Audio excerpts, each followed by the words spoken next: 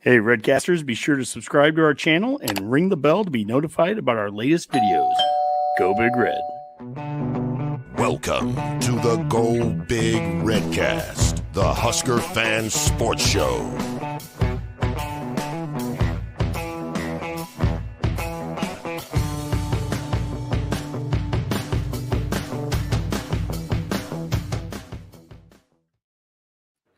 Welcome, everybody, to a very special lunch edition of the Go Big Redcast HuskHer Huddle. It is our spring volleyball episode. I say our like we've done this before, first time covering volleyball in the spring. And with me, I'm Abbie. I'm Redcast Abbie, whatever you want to call me. Abbie something on Twitter. Come find me, come follow along, send your questions, comments, whatever. With me today is Husker Superfan. If you are on Twitter, you have and follow anything about Nebraska volleyball, you have undoubtedly seen something that Sasha has posted. So Husker Superfan, soon to be Husker herself. Yes. Sasha, hi. I'm so happy to be here. Thank you for having me. Oh my gosh, thank you for being a part of this. I know I reached out to you a long time ago. It's like, let's talk about volleyball on the podcast. And then, I don't know, things happened. And this felt like the perfect time for it because we've now had 2 spring games that Nebraska has played and just a couple pieces of Big Ten volleyball news in general. So this feels like a great opportunity. Thank you for coming on. Yeah, of course. So Sasha, for people who maybe only know you from Twitter or don't know you from Twitter and are thinking like, why is this person on? I'm a fan. Why is Sasha a super fan? Tell us a little bit about you and maybe why we invited you on the show today. I mean, they're not the only ones. I mean, all my family members are like, why are you going to Nebraska? Like, whenever I tell people, they're like, what? Because I just live in small town PA. I've been on like the East Coast my whole life. And so it's kind of strange, definitely a change of scenery. But I mean, I used to play volleyball. I played since 6th or 7th grade.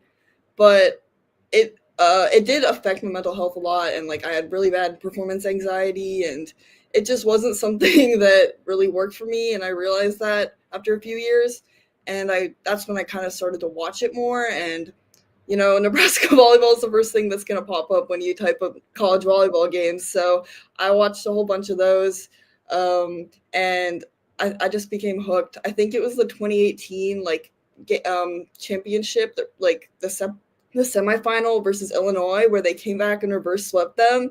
That's like my favorite game ever. I love it so much. But yeah, just a big fan of Nebraska. It's weird because I do have connections to Penn State. I literally grew up in State College and played for Russ Rose's son for a while. But I don't know, something about Nebraska called to me.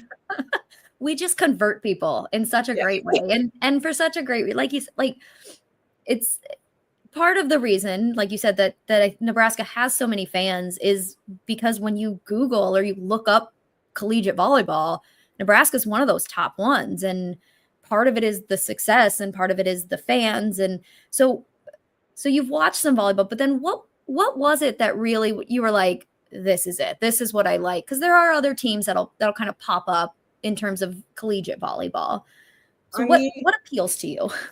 Yeah, for me, it's the players, honestly. Like, I mean, I love the nitty-gritty just aspects of the game, like the technical aspects since I've played, and those are always fun for me to watch. Nebraska always excels at it, but I really just like the personalities of the girls, getting to know them, who they are, stuff like that. And I think the 2021 team was when I really became captivated by them initially.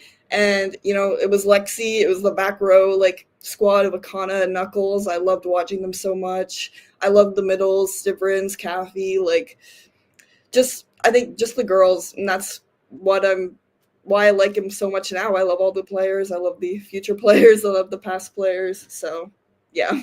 And you have gotten, I mean, I think a lot of us can relate to that, but you've really taken this to another level. You also write about, kind of Big Ten volleyball, but really with a Nebraska focus. Where did that come from? How did you get into that? I've been a writer for as long as I can imagine. Like, even talking right now, like, I struggle with articulating my words sometimes when I'm saying it on a live, and like, I think I'm just able to communicate better online sometimes, or through writing and stuff like that. And when I'm passionate about something, it just flows out, kind of like it comes effortlessly almost. So it's just something that I've really come to enjoy and love, and I've just built these connections slowly over the past 2 years that I've had this account, and it's grown into something really great. And I'm so happy for the community that I have now. Yeah. Well, we're happy that you're a part of the community for us, because I really enjoy, you have some great insight, and you always, I think everybody who watches it comes with like a different eye of what they're looking for and what they're interested in. And so it's always so great to see that perspective from somebody who didn't grow up with Nebraska volleyball. So like I grew up with Nebraska volleyball. It was the only thing that I knew. It was the only volleyball that I watched. It was it. And it was just like a no-brainer to me. And so getting to see somebody who's not new, but like relatively new into it, and their perspective of it has just been really fun. And it's nice. It's a learning thing, I think, for lifelong fans too, to kind of get that other perspective of that. So yeah, I mean, what I've really been trying to do is just like, when I first got on here, I wanted to just tweet about Nebraska volleyball all the time, but I realized that I didn't really have like that community to do it with. Obviously, I wasn't part of the Husker sphere like on Twitter or anything, but I was like, okay, let's create my account. And then I just watched as more people, and I was like realizing, oh, this is something people actually care about and like to talk about and everything. And I wanted more people, especially like, I know there are a lot of young girls my age, like in my demographic, that are passionate about it. And I wanted to bring that more to the social media space, because there wasn't that much content there. And now, like, if you go on TikTok, you'll see these edits everywhere of like Harper Murray and Lexi, and like, it makes me so happy, because just a few years ago, like, there wasn't any of that. And now seeing like them getting this acclaim that the top sports teams in the world and like fandoms do, just makes me so happy. I love that. And we joked about at the time, for a long time, I didn't know like how old you were. I was just like, oh, you don't think about it. And then we were telling me that you're like, oh, I'm going to go to Lincoln. And I was just like, oh my gosh, it's so great, because that's the people like me, like I'm in my 30s. So we're not going to talk about that. But so I'm not like old, but this kind of new generation of college students and college athletes that are coming in, not only do they like view the game differently, but they view their promotion of the game differently. And like you said, now you've got kids, not kids, you're not a kid, fans that are kind of your age, your generation, who are the same as these college kids. Yeah. And I think that's really helped push. We've seen this like explosion of women's sports, but I think so much of it is getting your generation in on it too, and making TikTok edits, which I'm so jealous of. They're amazing. And, doing kind of social media things with them, that like, there are people my age who can do it, but it's just not the same, because it's not our vibe in the same way. So I think that helped so much. Yeah, for sure. I mean, like, I'm in the 2025 class, the incoming class. It's the freshman class this year. And like, it's crazy to me. Like, I'm the same age as these girls. Like, we just followed completely different life paths, and they ended up here. And like, I'm so impressed by all of them. Like, I could not be doing that, like, mentally or physically. So yeah, I think back to my freshman year of college, and it was like, no, I was not ready for this. Some of us are getting too old and bitter. Oh, that's just us adults. We're just so stuck in our way. Yeah.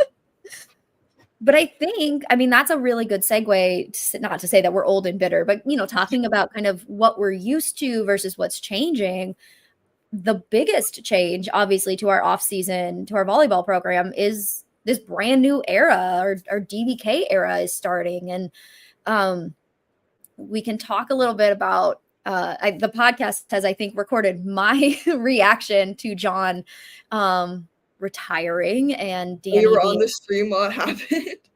Well, we were pretty close. I think we did like a live, we did like a really close interview, or podcast about it, and we were texting about it, and it was very much a like, do we freak out? No, let's not freak out. If he did it this day, there's a reason. This isn't like, okay, this will be fine. We'll get a response. And but like I've had a couple coaches, right? I was around for Terry Pettit, and then but most of it was John Cook.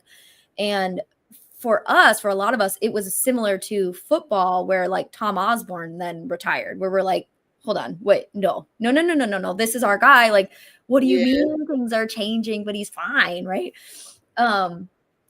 So we've gotten my response has been pretty similar. I think recorded. Tell us about your how did you respond to it? What was your initial reaction? I was literally working at Walmart while it happened. Like, that's my part-time job, and I wasn't even on my phone for like the whole hour that happened. So I literally went on to my break. I looked at my phone, and I'm like what is going on? Like, so I'm kind of sad that actually no, I'm not sad. I'm happy I knew that it was Danny immediately, and I didn't have to experience those 30 minutes of freaking out over who it would be. But I mean, I was shocked, but at the same time, something about it just felt so right. And I thought this was the perfect moment. Just in retrospect, it was in the moment, it didn't feel like it, but I don't know. Everything I've seen about Danny so far just is giving me such good direction for this year. I feel very good about it. Yeah, definitely. We, I don't know if I've shared this. My fiance and I went to the Final Four in the championship game, which we're not going to talk about. But I remember it was probably that time between the Louisville game and then our game in the Final Four, and somebody in the kind of passing in the hallway were just like, well, when John Cook retires, and everybody goes like, oh, no. Like don't even manifest that. And she's like, but so when he does, who's getting the job? And you would hear names, right? Like Tyler Hildebrand was kind of thrown around. I think Jalen was kind of tossed around, which was an interesting choice. And then this one woman, and she had to be from Louisville because she had the accent. It was so thick. She's like, it's going to be Danny. And I was like, you guys know this too? We all kind of think it, but you know it. And she goes, it will be. We're fine. And I'm like, okay. And didn't think anything of it after that. Just yeah, probably. That makes sense, whatever. And then when he posted the retirement, it was just it has to be Danny, right? Yeah. It has to be Danny at this point. And more came out that was written into her contract. And was like, okay, yeah, it was always okay. It was always going to be Danny. Yeah. Yeah. So I'm with you. Everything so far that we've seen seems like she'll be a good fit and a good kind of ushering into where we are, or where maybe the sport is going. Yes. Yeah. I think that's a good point.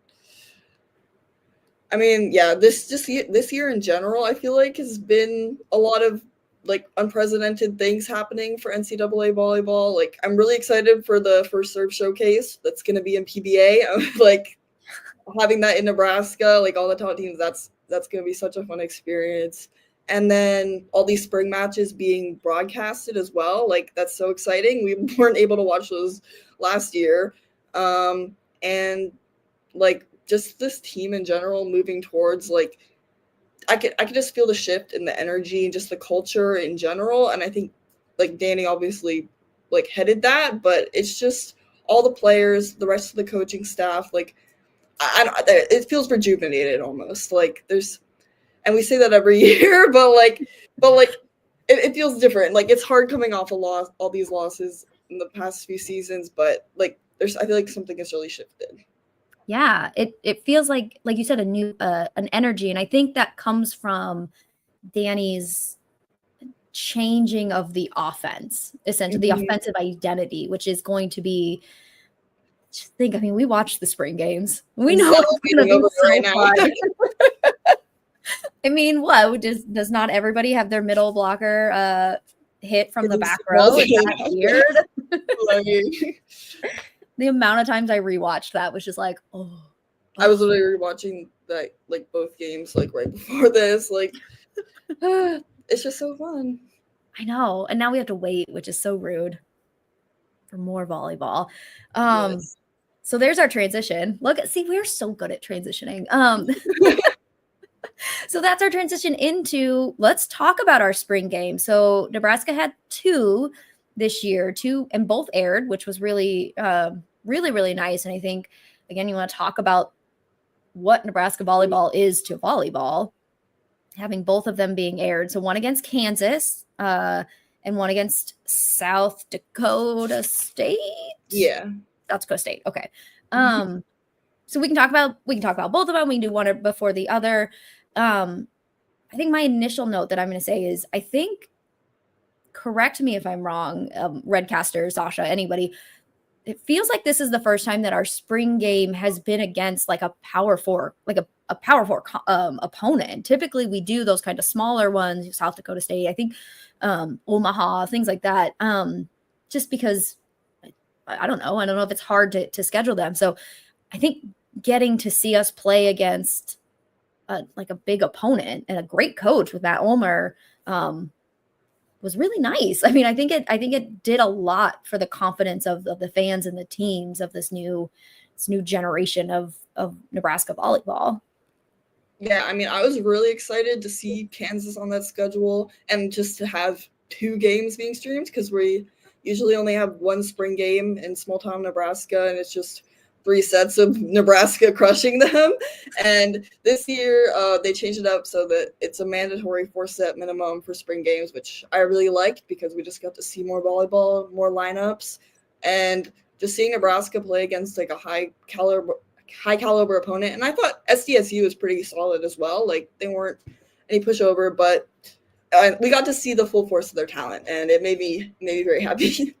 Yeah. Well, and to give SDSU credit, I remember they were the last undefeated team last year. And so, yeah, I mean, that's like they aren't, in the same like division or power as Nebraska, but it's hard. It's hard to go undefeated in any possible thing. You think about 2 years ago where it took us all the way up to that last Wisconsin game, and how great that team was. So I agree with you. I think getting to see it is probably bigger for fans to really get an idea of where the team is. Yeah. So speaking of, who I mean, we know the big highlights, but let me ask you, what were some of your highlights from the spring games that we watched, the Nebraska ones? I think that Ryan Hunter really made an impression in her first game against Kansas. I mean, I've been riding with her since day one. I wanted her to be recruited as soon as she came to Dream Team camp, got recruited. I've been talking to her about it. Like, with her injury last year, like, I just am so happy to see her come out onto that court and just like kill it. Like it looks like she didn't even like miss a beat. Like, she looks like just like she did before injury, maybe even better. Like, she made some insane shots, crazy. Like I'm so excited to watch her and how her game develops. That's all I'll say. Yeah, I remember before. I mean, it was probably right after the season ended where there was a lot of questions about if Ryan would be ready, right? Because that's a big injury to come off of in a sport that requires so much like, explosion and stuff. Which I think, was a valid concern for a lot of fans, and thinking like, oh my God, we got to bring a couple right sides in. Who are we going to get? And that's, where Abbie from Baylor was just like, okay, cool. That's great. That's a good choice. But then seeing Ryan play, it's like, yeah, it's like, how are we going to redshirt this? Yeah, you don't sit her, right? Like, you don't sit her. That was, I think John said it, of like that. She played like the Ryan who got recruited. And it was like, oh yeah, no, she's scary. She's scary good. Yes. Yeah. I mean, it's that lefty. Like, I mean, Allie's a lefty too. And that's just, Campbell's a lefty. Like, I can't remember the last time we've had this many lefties on our roster. I can't remember the last time we had a lefty, except for maybe Caroline, but she didn't get to play.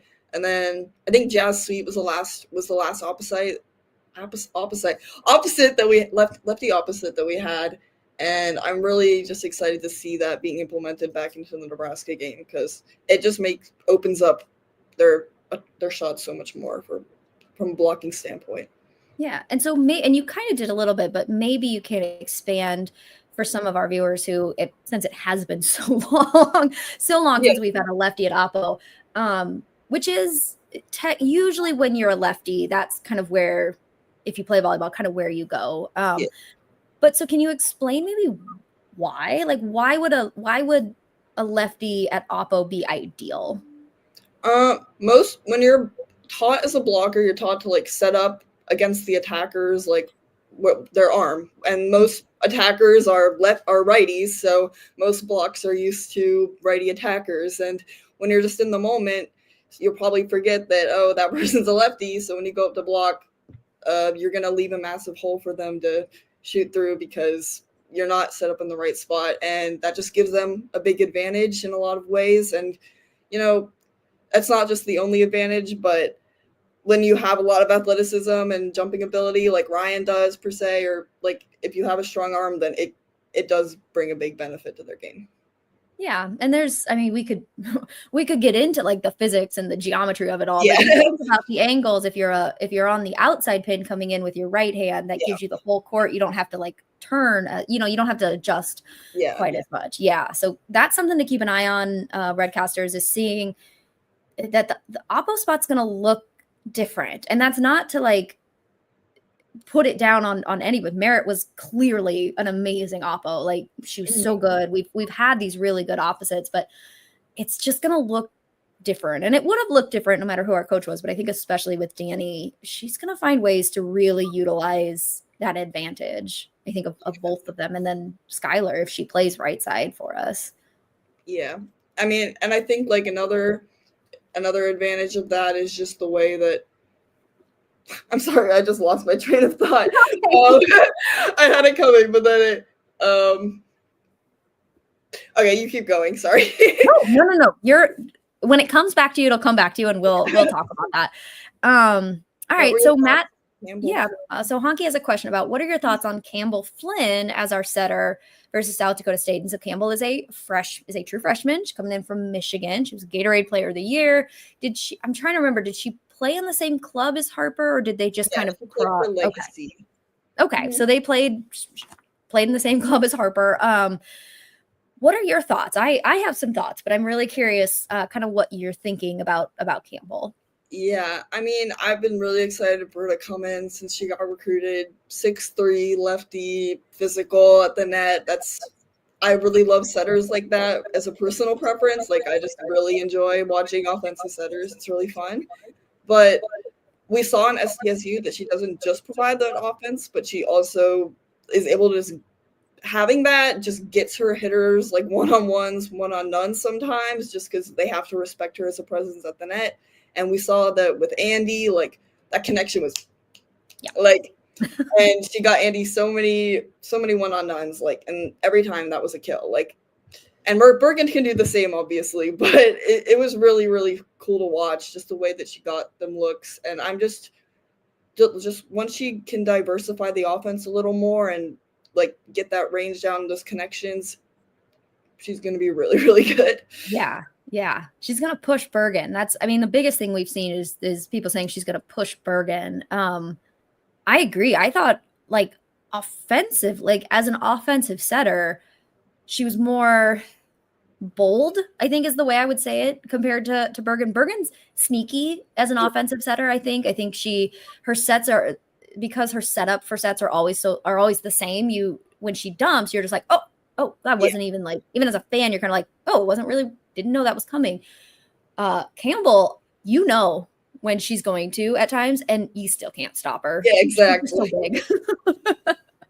Yeah, Bergen's very deceptive in her playing style, and I think she has grown a lot in her blocking and defensive game, and I'm really excited to see how that grows even more with Campbell pushing her. But right now, like, I think it just comes down to like the connections, especially pushing the middle. That's going to be a really important factor of the offense.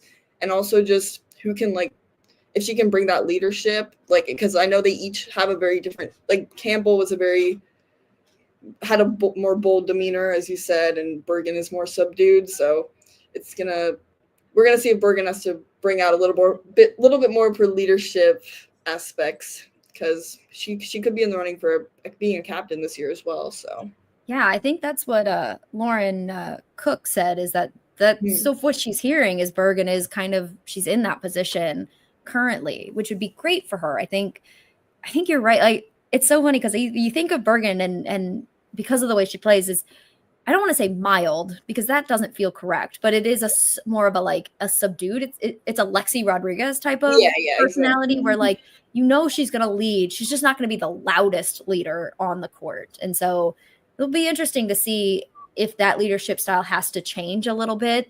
If she is captain of the team, or if she'll get to continue kind of being that self. Okay, so that's two of our freshmen. Then we have Tiara. No, I'm not saying it right. Terea.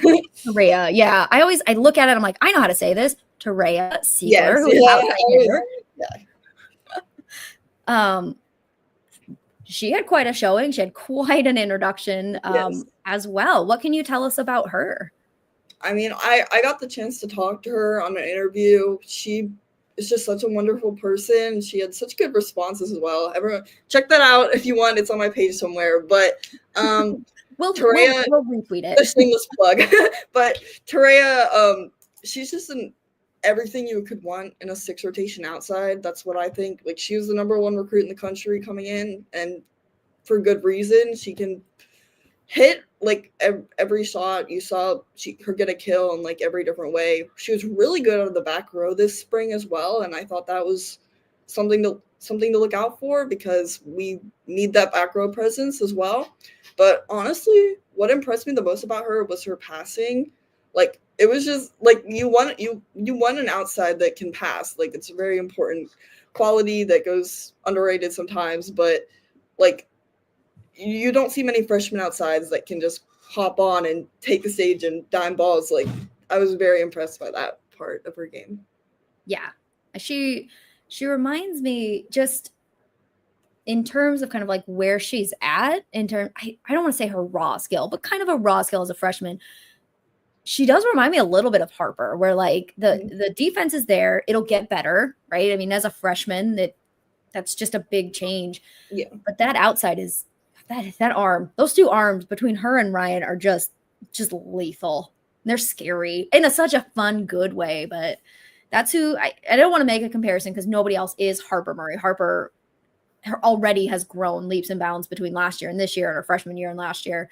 But just that vibe of where she's at, just as a raw college product, feels very similar. Like, it feels like her growth is going to be pretty similar to Harper's.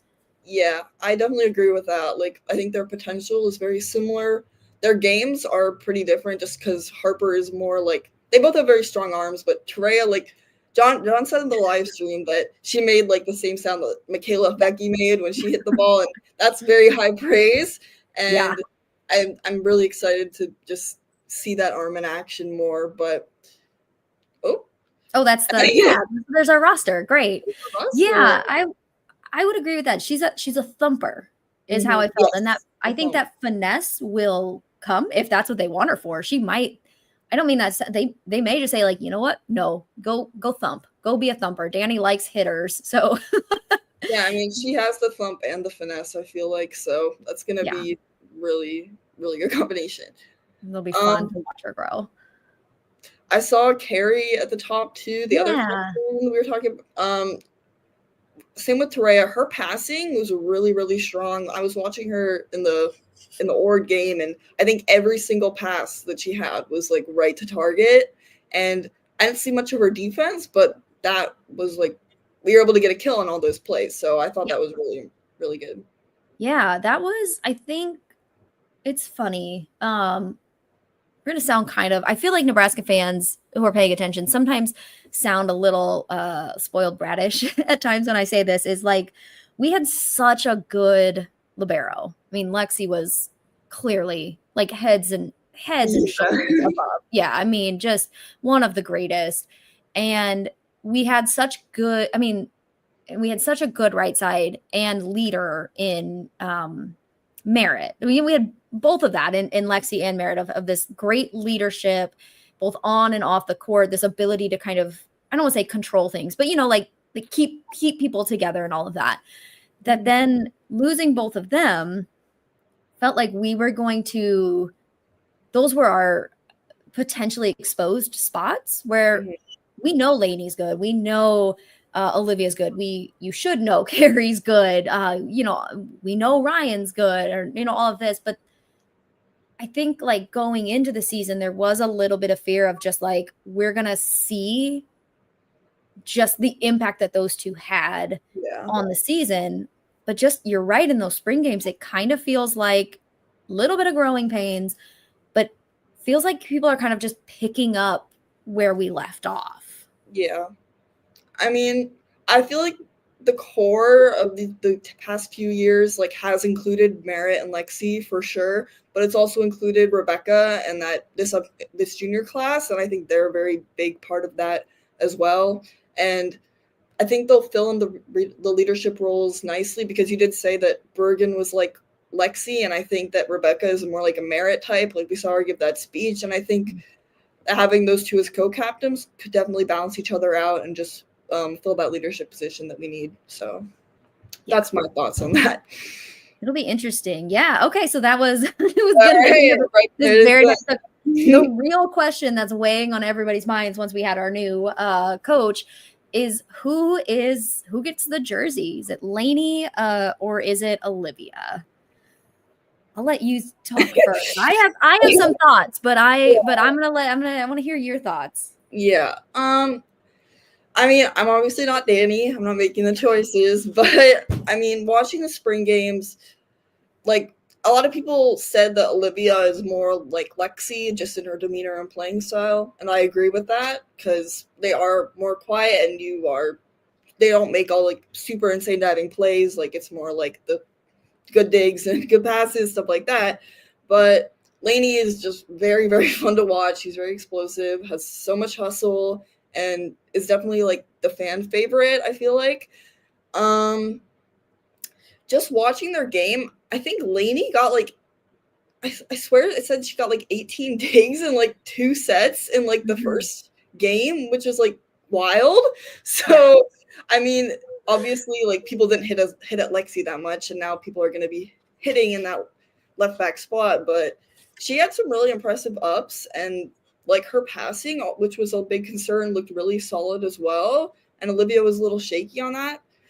And just having the experience and the edge and the overall energy, like right now I'm leaning towards Lainey, but that's just my opinion, and we'll see what the rest of the offseason brings. Yeah. I think at the end of last year when it first came up, I was leaning Olivia. I really was. And I think because Olivia really grew into that position last year, like the more she was on, kind of the better, I don't want to say the better she got, but like the better she saw the court. I think Olivia has really, really great lateral movement on the court. Whereas I think Lainey has that like reaction time movement, if that makes sense. Like that's slightly different. And so in my head, I was just like, well, it'll be Olivia. Like that makes more sense. But you're right. After the spring game, they're almost indistinguishable. Like you would feel comfortable and feel confident with either of them because they're both going to get on the court at some point. I went from being very, very much like Team Olivia to like, I don't know now. I have no idea. And Anthony or Tony said this in the comment, but I think John, I just took it away. John also said it in the commentary of like, it's going to be a game of emotions, essentially. I think that's what Danny told him is like, what does the team need? And so they bring such different things. Lainey brings that like spark of energy, which is great. And then Olivia, if she's like Lexi, brings that like, okay, let's all like come together, deep breath, and we can that calmness that you sometimes need. And I know Danny said she doesn't want to do the 2 libero situation in that sense. Is it possible that it's like each game will have a different libero? I mean, I feel like the matchups could definitely affect like who she would choose, maybe, or just like the dynamics of the team at the time. Like there's a lot of factors that could go into it. Yeah, maybe. But I mean, it's interesting to see like who we think is going to have that DS role and where that DS role would go, because we saw all the outsides playing 6 rotations in the spring games, which I really like, and I know Danny likes. I like having 6 rotation outsides, and she had that last year with Looper and De Beer, so I think that might be something we might see, and we might have someone come in for the opposite instead and not have one for the middle back. So that's what I'm thinking, but we could have two DSs used. Who knows? Yeah. What do you think is going to be the hardest decision for Danny? Is it going to be who our libero is or who our oppo is going to be? I mean, with the recent news that we've had, I mean, the oppo position's kind of being, there's a lot of questions there, but I mean, yeah, I feel like the libero decision is definitely gonna be a big one. Yeah. Well, you talk about the news that has come out. Let's quickly remind everybody that we currently have Ryan Hunter as our oppo, or opposite. We just keep saying oppo. We've cross-trained Skylar Pierce. We saw her play right side, which we haven't talked about her at all, but was so impressed. Yeah, she did really good. Can put the ball down. Yeah. Really, really impressed with her. We have Abbie from Baylor coming in. She just officially signed and will be coming here. I think she graduated or wanted to kind of finish up. So she'll be coming in as a grad transfer. Mm-hmm. And then there's some kind of rumory news that's not official yet. If we want to talk about that we might be getting yet another opposite. Wow, I can pronounce her first name. I'm not sure if I'm going to be able to pronounce her last name. Virginia Adriano? Yeah. That close? Okay, it was from Italy. She played in the Italian youth national team and played with, I don't know the Italian clubs. I'm assuming club or A1 with Bergamo. So A1 must be the level. Yes. Yeah, there it is. Thanks. Yeah, so this is the rumor that we've seen, that it's almost done. It could be done. We're not really sure where it's at in the process. Do you know anything about her? Like, what do we know about her other than she played for Italy, which is huge? Yeah, I mean, I've been following her for about a month or two now because I've heard about all these rumors and everything a while ago, and I wanted to see, check her out. But yeah, she's 6'5". She's speaks for herself, but she's, I feel like a very, like, I mean, it's hard to compare, but like I'd say Babcock Martin-esque player, like not the same like level, but like the similar style, like the 6 rotation especially. I think she can attack from anywhere on the court, big frame, like able to tool the block. Can't find too many highlights, but I've checked them out and I am impressed. I think if it's true, I mean, it's not like a lie, but like she would be a very, very strong addition to the team. And I've been wanting us to recruit international for a while. So it's really good to see us dipping our toes into that. But my major concern, I would say, is just how that would affect Hunter and, being a freshman and having someone with 3 years of eligibility come in and over in your same position, like that's a hard thing to do. And I really don't want another Caroline situation. So that's my main concern. But other than that, it's really exciting. Yeah, I think we kind of talked about that. And I think we share concerns. And there was a question we got earlier that was talking about how the transfer has kind of changed, the transfer portal has changed the national scene, but not even the national landscape, but like just in our team, historically, we haven't really grabbed a lot of kids out of the portal. We don't really utilize the transfer portal too much, too heavily, let me say, mostly because we don't have to. We haven't really had to in a long time, but we take 1, maybe 2. I think one year we had 3 and it was kind of our biggest transfer number. But they always seem to be kind of pieces that we need, right? They're just kind of filling in the pieces where that's kind of what Abbie was this year. Like, well, we kind of, depending on how Ryan was doing, we would need one. We'd want somebody there as a backup, kind of like when we took Layla last year. Like, it's just good to have some depth in that in that position. So now we've kind of got that depth. on a team that has historically run, not run a 6-2 where you would need multiple right sides. And we talked, you and I, about like how we feel about a 6-2 on this team. So you've already got that. So now you're bringing in somebody else. You wonder how that changes the dynamic of the team itself. Like, obviously you welcome talent. You want that. It's going to push everybody. Yeah, there's only so many spots on a volleyball court, and there's only, so many right side hitters that can be on the court at any given time.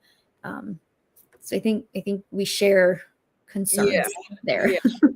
And I mean, just like the culture and like language barrier, like I don't know if she speaks English. I mean, I'm sure that she has some fluency there, but that could just be a struggle in general. Not like an issue, but it could be a struggle that could be added. Yeah, just all those things that we trust Danny has taken into consideration of all of this, but I think valid to be maybe hesitant of how to respond to that. Yeah. Okay. Good. I'm glad we agree. It would be okay if we didn't, for the record. It's fine. I would kick you off, but that's no, I wouldn't. So the position we haven't talked about, we talked a little bit about our outsides just with Terea, but we can talk a little bit about like Harper and Taylor and Skylar, who is cross training outside and right side. And then we'll talk about who I think is probably your favorite position of middles, as you have your Andy Jackson shirt on. Yeah. Oh gosh. So, okay, let's do our outsides and then we'll get into our middles, because I have so many thoughts and feelings about our middles this year that I'm very excited about. So what have you noticed as kind of maybe where our outsides have grown and have grown over this from last year to this year? So our outsides, coming back just to remind people, are Harper, Taylor Lancer. Yeah. And then Skylar Pierce, she redshirted last year, is actually an outside, but like I said, was cross-trained, and we saw both as an outside and an oppo hitter.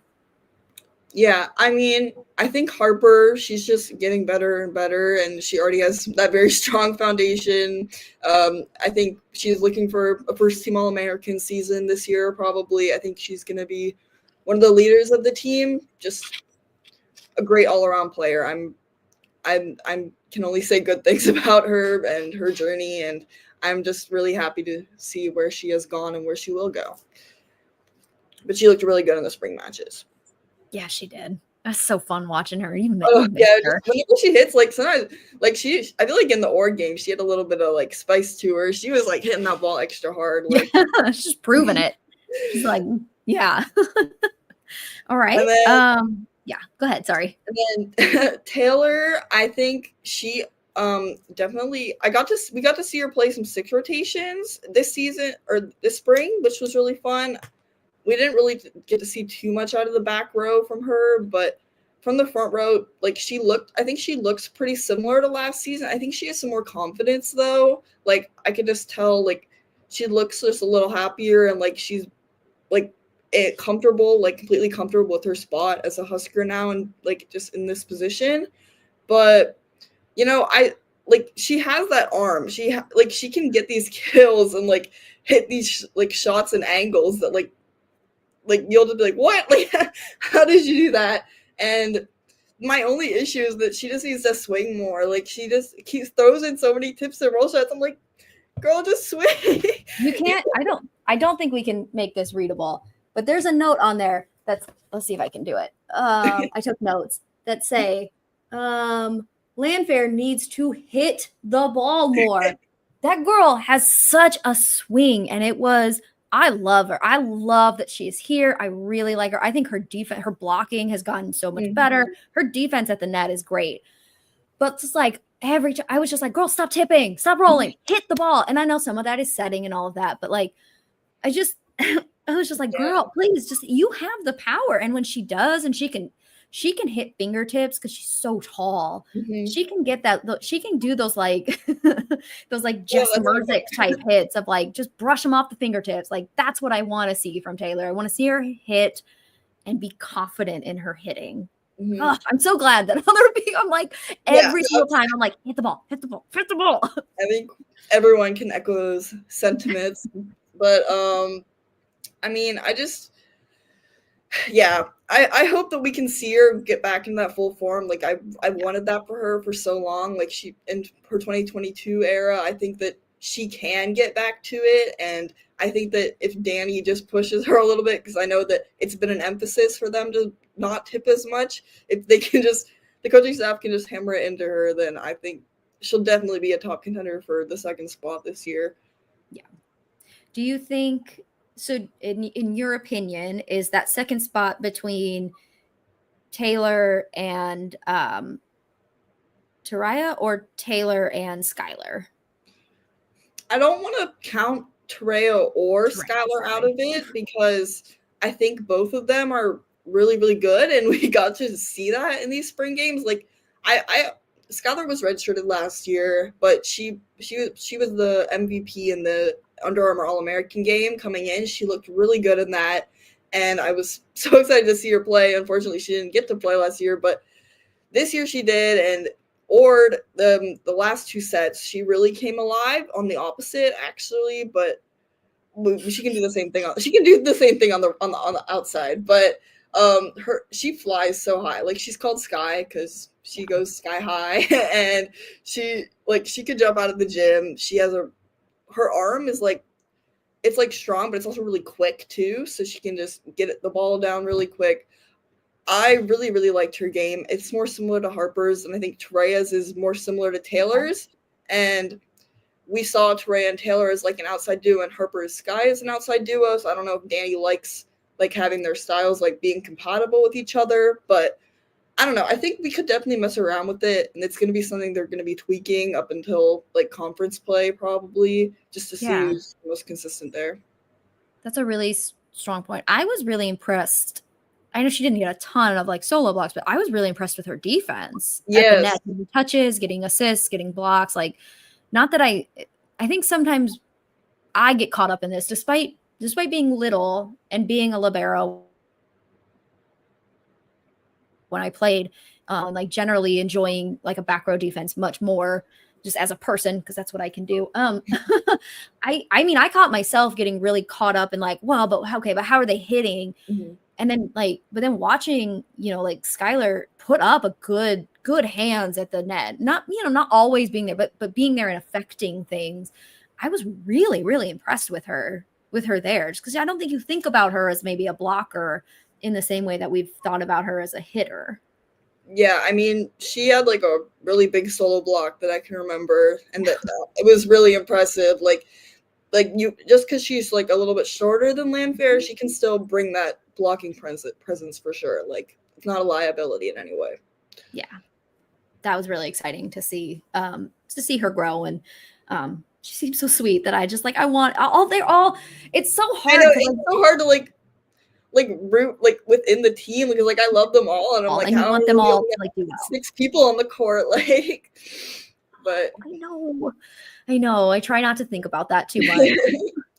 And I hope they're all like, I know, Danny has said before that she has no problem pulling players and putting new lineups in there. And I hope that it's so different from John's method of just like kind of letting them play through for a while and try to figure it out themselves. And I hope that there's a positive response to the way that Danny kind of views it, and from all the players, and they don't like, with having this many players, that it's not like mad that our playing time maybe gets cut, and that they really come together and view it as like the team benefit, which I think they will, but athletes, they want to play. Yeah. For sure. All right. So we've done our outsides, done our right sides, we've done our liberos and defensive specialists and our setters. We get to go to currently our kind of least depthful position, which we know won't remain that way. But in terms of current players at school with the team, their middle blockers of Rebecca and Andy. You go first. I have my feelings. I'll let you go first. I mean, like, I feel like they're the one part of the lineup that like was set in stone. Obviously, like, we've had them for the past 2 seasons, and they've just like grown as a tandem like so much. Like, like in the first year, like Andy was that offensive threat and Rebecca was that defensive threat, and they kind of worked each other out. But now over the past few seasons, they've both kind of honed like the skills on either side, and they just complement each other so well. And like watching them this spring game, like every single like slide ball like set to them was like a kill. Like every ball in front of the setter was a kill. Like the connections with both setters were seamless pretty much. I almost forgot whether it was Campbell or Bergen setting. They both connected with them really well. And most importantly, they pushed them a lot. Like they would push them on the out of system plays. They would push them on the hard balls. And that's something we didn't see as much last season. Like we made it like a slogan, like hashtag set the middle, please. Like they're so good. And now we're finally seeing that come to fruition. I'm very happy. I hope we have a very middle centric offense. We talked about it. Rob and I did a volleyball show, like a volleyball 101 last year before the season started. And we talked about setting the middles as like in football terms of like running the ball, right? Like run the dang ball, set the dang middles, because it opens everything else up. It forces your opponent middle blocker to be true, right? If you're never setting to the middle or you're constantly, which, right, it's easier if you're out of system to set all the way out to your outside pin. That's just, it's easier. It's usually a little bit of a cleaner set when you are kind of off a little bit. But if you're constantly doing that and you're not setting your middle consistently, your middle blockers know that they're going to roam the net, right? And so if you do set your blocker or your middles and they're good and you can set them in different places in front of the setter, behind the setter. Last year, I think we saw, in my mind, maybe too many behind the setter slides. But if you do that, then you have to keep that blocker there, which opens your pins up to solo blocks, late blocks from your middle, that kind of thing. So that's just for people who maybe didn't catch that first episode or are brand new and wondering, like, why does it matter that our middles are so good and are being set so much and I don't say overutilized, utilized more so far this spring than they have been. That's kind of the thinking behind it, is if you do that, then you've got better opportunities for your outsides to have kind of better shots at those. And it keeps your setter like there too. If they're always going, if you keep your middle blockers thinking they're going to go to their middle and your setter's just like, dump it over, they're not ready for that. They're not expecting that because they have to kind of play elsewhere on the net. So it's almost kind of a chess game. Sorry, just a little bit of a tangent there to explain that. Yeah, I agree. I like the mentality that we're going to use those middles in different places on the net this year. Yeah, and I mean, I just love to see us running more plays as well. Like everyone was shocked when I think in the Kansas game when Harper came in flying out of the middle and slamming that ball down, like that's what I want. That's what we need. Like we have so many talented arms and they're all so incredible and capable. And if if Danny can get them running all those different routes and everything, that's just going to make the offense so much more complicated and just unpredictable. And I think Nebraska has struggled from a predictable offense in the past few years, and they haven't utilized these plays. And there's so many different ones I'm thinking of, but I don't know, even that front slide, in front of that Campbell set Andy one, that I think everyone was you can run Andy anywhere and she'll kill them all. Yeah, including from the back row, apparently. Which apparently, yeah. Oh my gosh, I still can't. Can we talk about Harper's topspin serve? No, we haven't yet. That hasn't even come up. Yeah.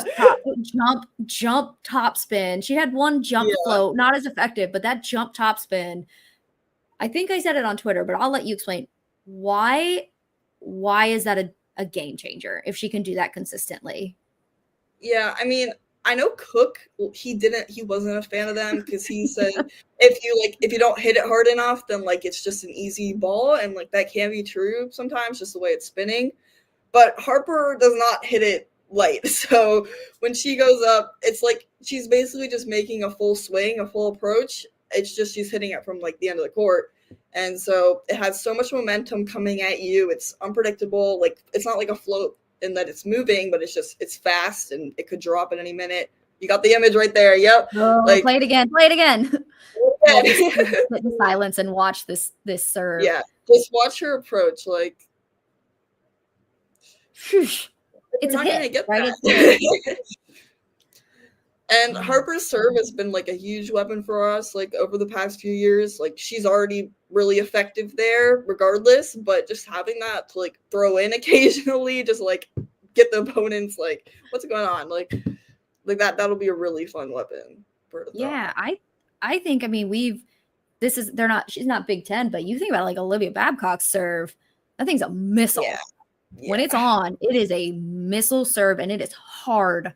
It is hard to track. It's hard to receive cleanly because you can like you can get your platform out there, but if you're not like in the right and you're not really ready you're not for like it, Rodriguez, you're not getting it. yeah, it's gonna go all over the place. So, and so John Cook talked a little bit about why he didn't want her to do it for 2 years, and part of it is, yeah, like if you don't hit it hard enough, it's not that effective. It can tire you out because it is a lot of. I mean, it's a lot to jump and serve that hard. If you don't, hit it in the right place on the ball, it can just fly out. We've seen that from, Olivia, we saw that a lot of her errors where they just soar out of the court. And it's like, well, that didn't do anything. But it'll be interesting. Yeah. I hope Danny lets her play around with that. I also hope Danny this is where I'm hoping there's some flexibility and some change from where John coached, is I hope Danny potentially allows Andy and Rebecca to serve. Because I think last year early on, we saw Andy serve, and she was pretty good. I mean, she had pretty good serve. It was a little inconsistent, but yeah. So I hope, and we saw Rebecca serve a little bit was it in the South Dakota? No, it was in the Kansas game. I think she had a really big run at the end of the South Dakota game. Okay. Yeah.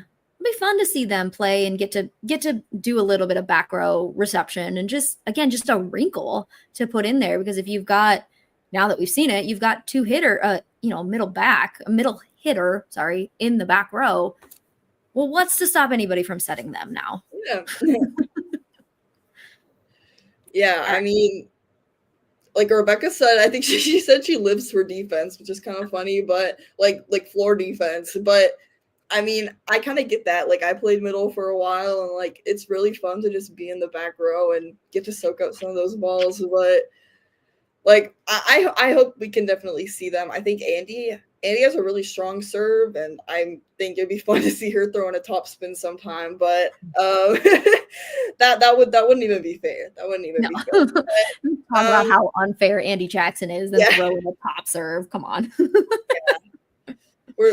I am hoping for Andy that we do. I don't know if it's going to be within her Husker career, but where she's going to become a sixth rotation player at some point. Like I feel like it's inevitable. She's too much of a talent to not have her on the court at all times. And I know Jalen's throwing it out there. Like I think everyone should keep an eye out for maybe against a lower level opponent. She could be thrown in there as a six rotations or something. Maybe. Yeah. Maybe. We're keeping it. It has been recorded now, and when it happens, we'll come back and say, see, Sasha knew it. We called it. It'll be fun. It's really nice to see players at least get those opportunities, because like when we talked to Allie and she talked about like that's what she wanted to do, and just at Nebraska that just wasn't, and it wasn't a slight, it was just like they had so much talent elsewhere that it was like, how do we maximize the most of our players and get them out there? But I think it would be really cool to see, at least give her that opportunity, like you said, against maybe some of the non-ranked, non-con games, or even, keep her in there for, I don't know, a serve and serve receive or something. And then,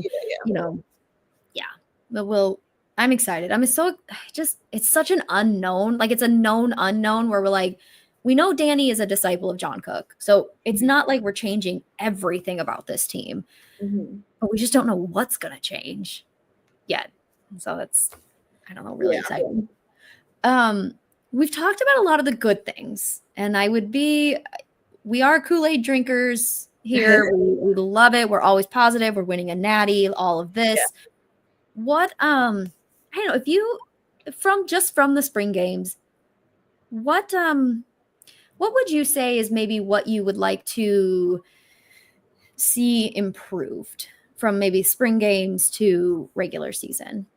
Yeah, I mean, both the games, they both started off really slow, and there was a moment where you're like, oh gosh, like what's happening, and then they turned it around really quick and like got into it. But like I am scared for what's gonna happen, like when they have those like when they dip down and like the other team gets on a run, and or if they lose a set or lose a game, like I don't know how this team will react. I don't like it's Nebraska obviously isn't used to losing recently, and like this is a completely different team, and Danny has a lot of expectations, and just the players do as well. Like there's so much expectations on this team, and I just want them to play free and liberated, and I think that's what they did for most of those games. Like they just looked so happy on the court, and like they weren't thinking about anything. I mean, it was a spring game, obviously, but they're not thinking about like the rankings or anything, or like what's to come, and just playing in that moment. And I think that's going to be their key to success, like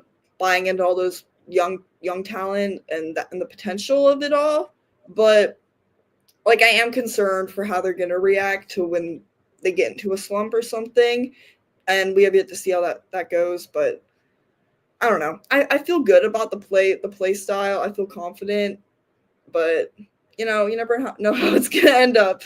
Yeah. No, I think that's a super valid concern, because you think about, we have talked about losing Lexi and Merritt. And I think sometimes when we talk about losing players, we talk about losing their impact, their actual like stats on the court. So we're losing the greatest libero, right? Okay. So like our defense is going to have to kind of shift a little bit of that.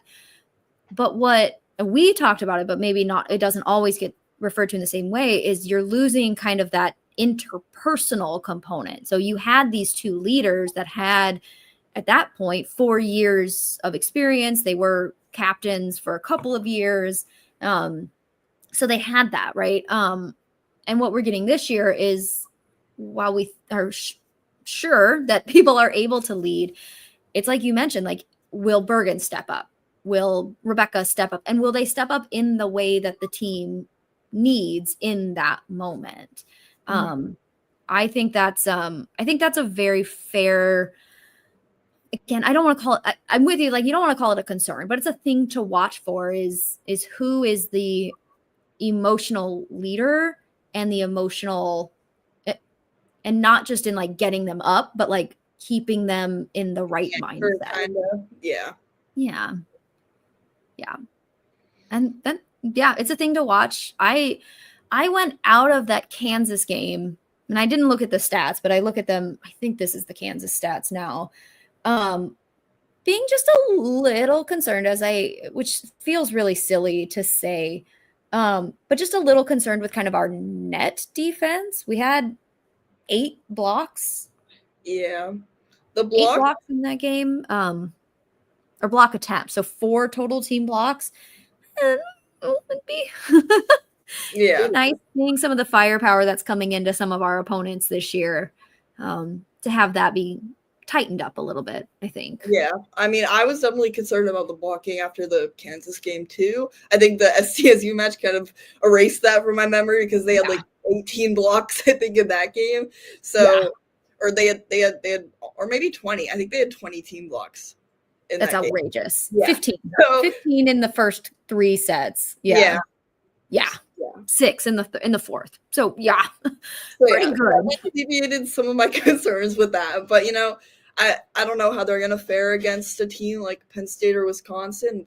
No one does, but I mean, Kennedy Martin.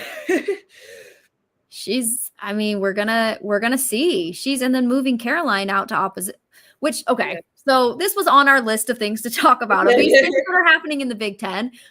Let's just talk about them then. So the biggest news, obviously, is that Kennedy Martin transferred. One of the, she was a finalist, right, for Player of the Year, and transferred out of Florida. And I want to say it's not surprising, because I think the rumors had started that she would transfer in the first portal window. And I think people were, and I think people were very surprised that she didn't. I think initially there was some surprise that she didn't go then. And then the new Florida coach came in, which was not the Florida coach that the players really wanted. It wasn't this, they wanted the former assistant. They got somebody else whose name escapes me right now. And then when it opened, it was like, I bet somebody from Florida leaves. So she did. And I think in a somewhat surprising, but looking back, maybe not so surprising, transferred to Penn State. And I say that because like, they beat us last year and Penn State. Yeah, so transferred to Penn State. There's a lot of jokes about like poor Caroline, poor Caroline in Florida oppos. Yeah, I made one of those jokes. I mean, just lighthearted, but yeah, I mean it happened twice. That's so crazy. It like, happened twice. Poor girl. But it sounds like Penn State maybe has a solution where we think they might move her to outside hitter because losing Jess and they lost their other outside hitter whose name escapes me. So they pulled in the one from Ohio State. So they have one, but she's even a sophomore, so still pretty young. Now moving kind of Caroline out there. What are your thoughts on that? We've got a little bit of time. What are your thoughts on some of these other Big Ten teams that we'll face? We know our big ones, Penn State, Wisconsin, but are there any kind of sneaky teams that we should look out for in the Big Ten this year? I mean, I know Purdue lost Chacoin and Hudson, and they lost like half their roster. I don't know what was happening there, but they got a really strong like recruiting class, I noticed, and they got some good transfers from the portal. So I don't think that they're gonna be like suddenly like washed or out of it. I think they'll definitely be strong contenders and put up a good fight. But I think Wisconsin and Penn State are obviously the main ones that we're gonna be concerned about. And I am very sad that we're only playing Wisconsin once, and it's gonna be in the field house. Like, yeah. What do you mean I'm not able to watch them at Lincoln? But it's okay. It's okay. Wisconsin, they literally look like a completely different team. They have like 2 returners, and they have a team of like transfers and like freshmen. So they're very good still, but definitely a very different team than we're used to. Yeah, I feel like we don't know. I watched their spring game against Marquette, and it was like, I mean, they're clearly still good. It's just, I think probably like when we brought in our 5, all of our new that big freshman class of just like, we don't know what they're going to look like. We know they'll be good because that's just what teams of that caliber recruit. Mm-hmm. But it was a little bit, it took some time to be like, is this Wisconsin? Like, what is Wisconsin gonna look like? Boyer was like Franklin, and then I was like, where's Frank? Like, where's Robinson? Where's the gang? Like, I miss them. But it's okay. It's okay. I know. Like, I don't know. I think I've gone soft on Wisconsin after last year because I'm like, oh, we own them now. But, Penn State, like, we got some bad blood. I'm very bitter about Penn State. We got some revenge games coming up. Yeah.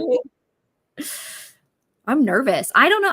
I'm with you. Like, I'm always gonna be nervous about Wisconsin. I think I like the Wisconsin-Nebraska rivalry. I know that like it hasn't always felt it sometimes has felt a little lopsided. Yeah. And so it's like kind of like it's not really even yet, but it just feels like slightly more even. So that is still going to be a fun rivalry, but it doesn't feel the same way that it did maybe last year or the year before. Whereas, now it's like, oh, Penn State, which again, you always knew was a rivalry. Penn State's a great team. They've always been a great program.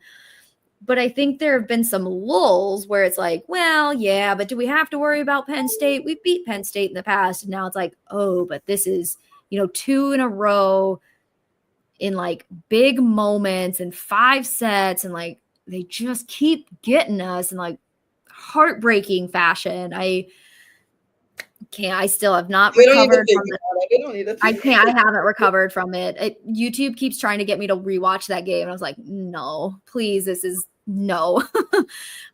So yeah. And even they've lost some pieces. They've brought some pieces in.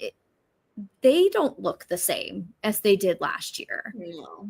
I mean, I watched their game versus Pitt, their spring game. Like, honestly, like my thoughts coming out of that was that I wasn't too intimidated by either team, and I thought that Nebraska would be able to, like, I wasn't concerned.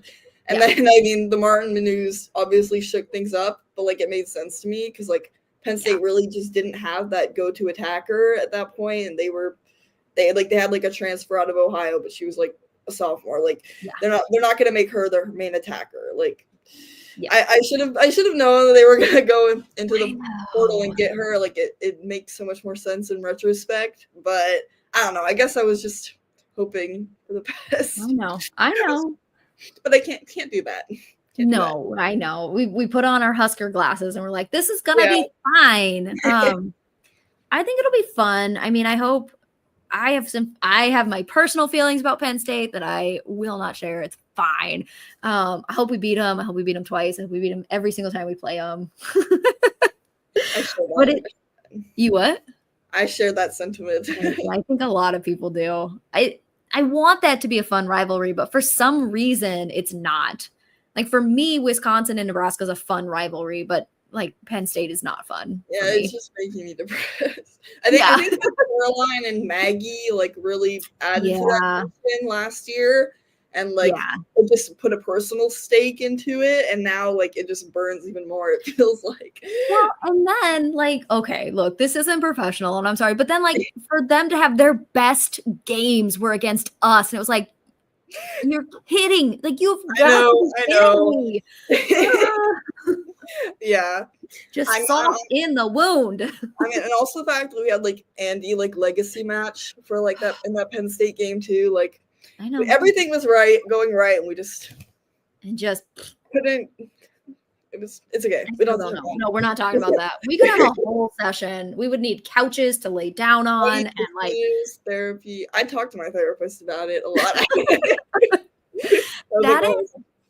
I'm not kidding. That game, we left and we walked back to the hotel and it was so late and was just so tired and I didn't sleep. Like I've never been that torn up about a game. And that's so silly because like I make fun of people who are just like, I'm like, get over it. It's a game. Yeah. But I like laid in bed and just like, oh no. Like it just felt so heavy on my heart and like for the girls and for everything just it really affected me in a way that I have not been affected by a volleyball game before. Yeah. Even that Texas National Championship didn't weigh on me the way that game did. And it was like, what's happening to me? It's just like getting reverse swept is like the worst way to lose, especially when you have like multiple, like, I don't know, but it's okay. I know. No, we're not gonna happy things though. Like happy things was not gonna happen this year. It's not happening this year. Definitely not. I think the girls feel the exact same way that we feel right now, and I'm hoping that that's gonna be their motivator. We've said that before, but like this loss, like something about it just it's different. I think it did something. Yep. And now you've got Danny who also lost to them. Exactly. It's like something to her too. Like, we're gonna get you that natty TPK. We're gonna get you that natty. We're getting it. Just like John Cook, we'll get it in your first year. Manifesting it now. Like this job's easy. Come on. Yeah. What are you talking about? So speaking of easy, our first 3 games, can we just talk about how we're starting the season and how rude this was to poor Danny? Our first 3 games of the season are against Pitt, Stanford, and Kentucky. And I know, Tony, stop.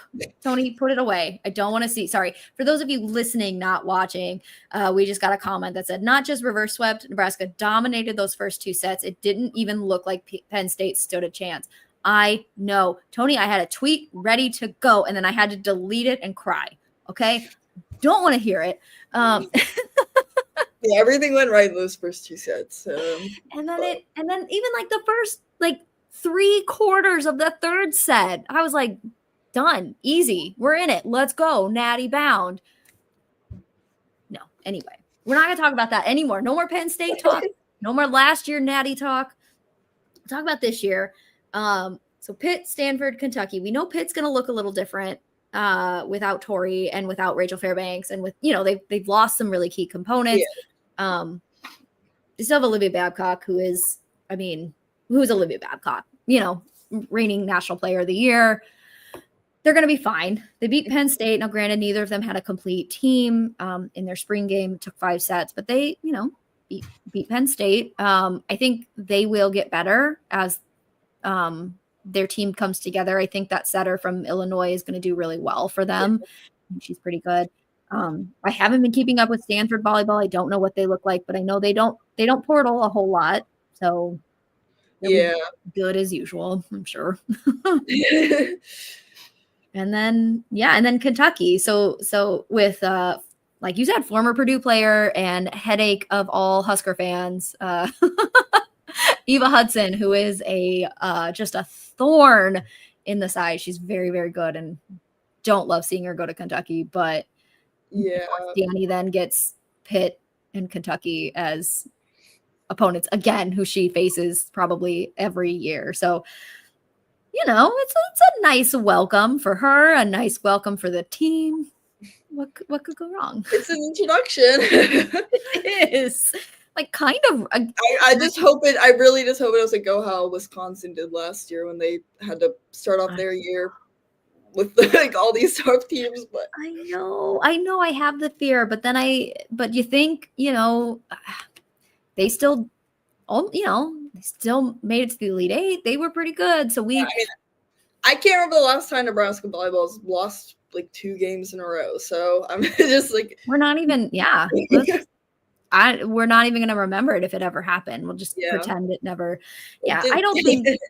Yeah, I don't think that's going to happen. We might lose. Like, I don't think we're going to go undefeated through the season. I doubt we're going to have the 2022 season where we lose 1 regular season game or match. But I think we're going to be good. I think those are going to be really fun, tough introductions to our team and to their team.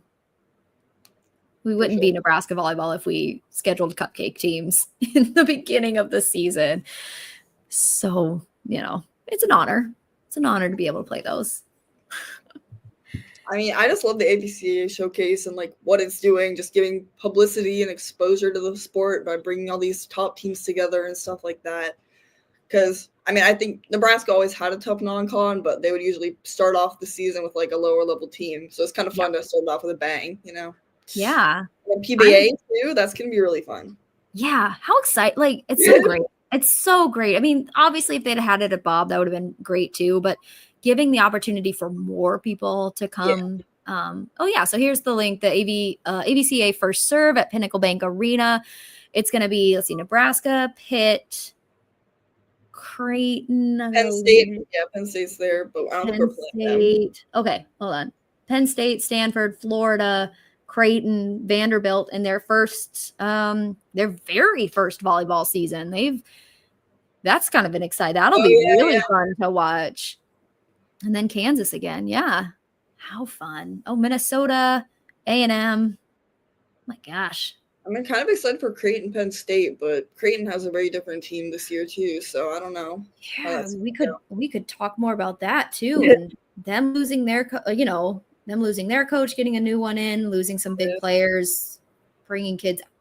We could just do this show every week and talk about these teams. There's so much fun, new volleyball stuff happening in the world. Thank God. Thank goodness it's such a big sport now and people are paying attention to it. Makes me so happy. And, speaking of the world of volleyball, like there's 2 other professional leagues going on. PVF has their championships happening tonight, the semifinal games. So definitely tune in because the Supernovas are playing and they are featuring a lot of former Huskers and they're very fun to watch in general. So I recommend. Are. They play at 7, right? Yes. 7 Central tonight. Yes. Okay. See, it's plenty of time. You guys will get to watch Nebraska softball play. They also play in the semifinals of the Big Ten tournament at 5 Central, I think is correct. I don't know. I'm on Eastern time right now, and in my heart, it's different times. I'm all thrown off. So we'll have softball and then turn right over to volleyball. Yeah, the Supernova will be playing. I don't remember who they have. What is the Ignite? The Ignite, yeah. And then the next game is at 10:30. Oh, it's just sickening. But so rude. Vegas, so I understand, but I still like it. Just gives me flashbacks to the Final Four because why was it 12 p.m. and we were playing volleyball at midnight, like for the finals? Sasha, seriously, we sat there. We were just like, it is tomorrow. Yeah, What is literally. happening right now? It was awful. Yeah, so I hope the tournaments start moving those up earlier, because like they either give us like the 3 p.m. slot or like midnight. Like, can you just It's like one or the other. like what? Rude.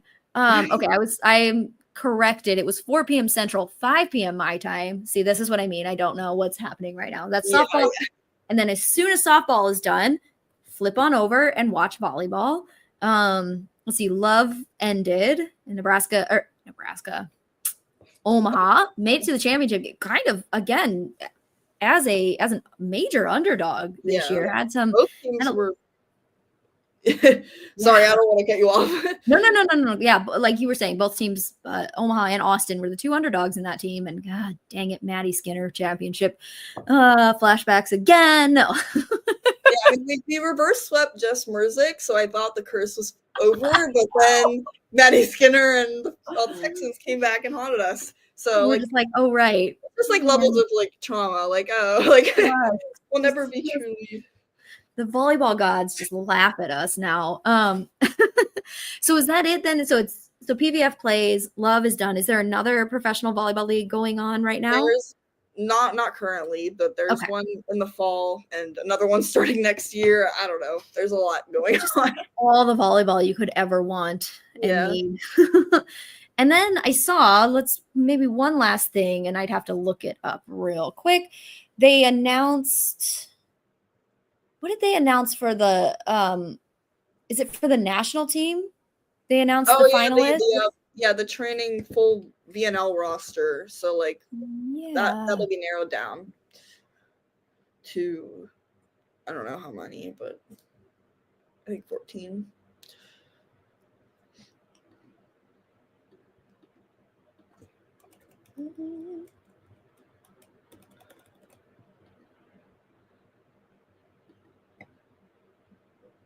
I don't know if you're frozen up on my end.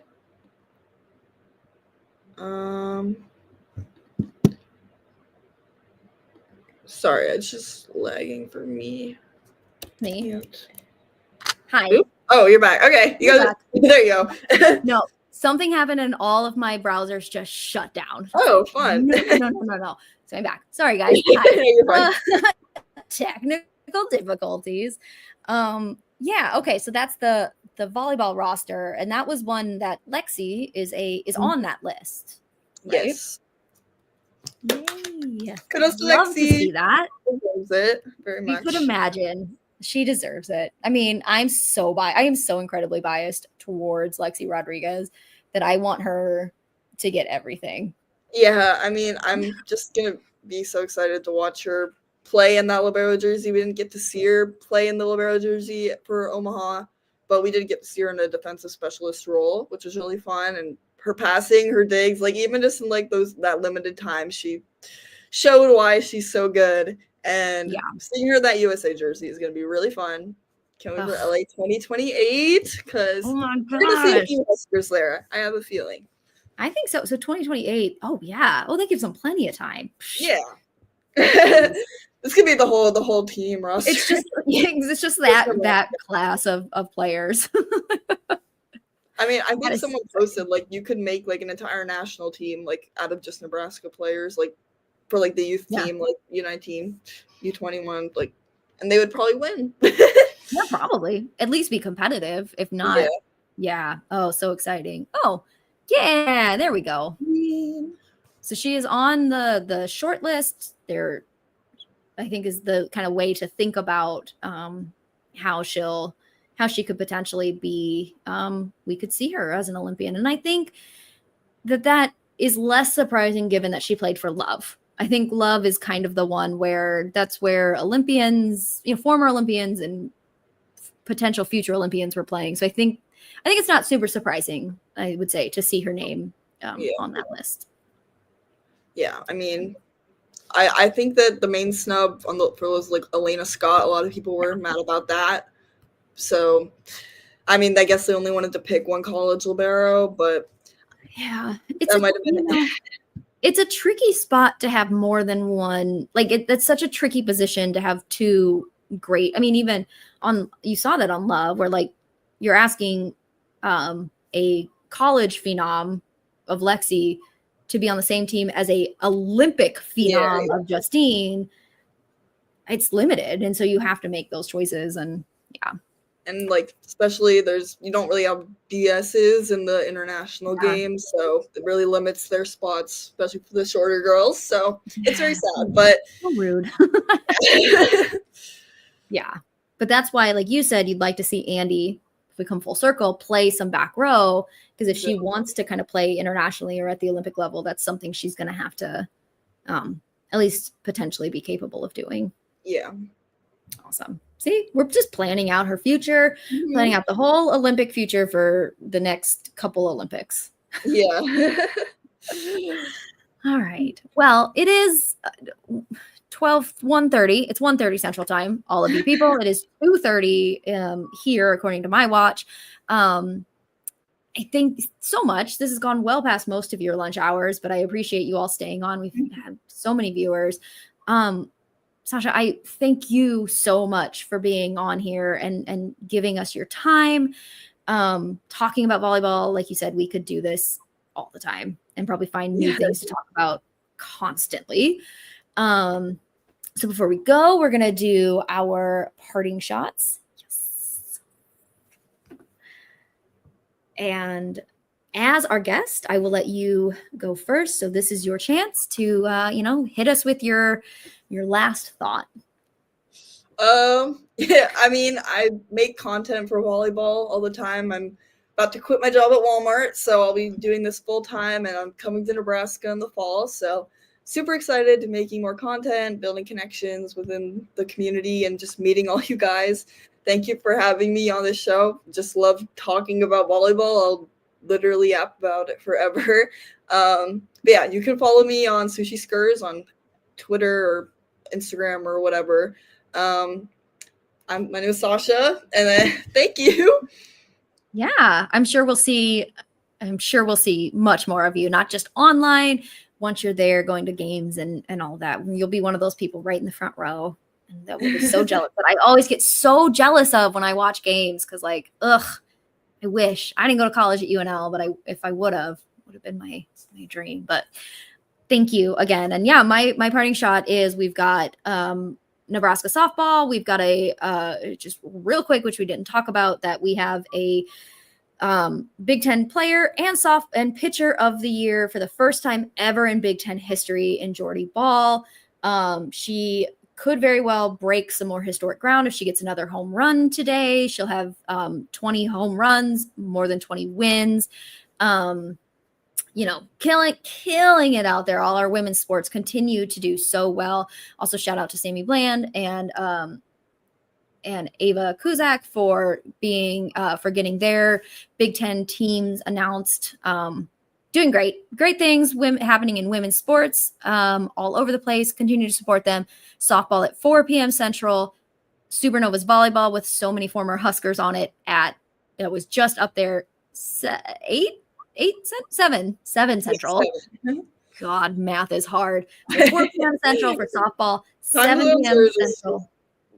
And is it on? Is Supernovas going to be on? What channel are they on? Yeah. I mean, I'll put it in the application. I think it's definitely being streamed on TV. So okay. I can check. We'll post that then when we get it of when that is. But continue, supporting current and former Huskers, continue supporting volleyball so we can continue to grow it. Follow Sasha on Twitter if you're not. Follow me on Twitter if you're not. Follow the Go Big Redcast on Twitter. Do it, all of that. Leave us comments. Leave us questions. If you liked this, we can always, have another show, do another volleyball lunch break. Leave us your feedback. We'd love to hear from you. And that until next time is another episode of the Go Big Redcast.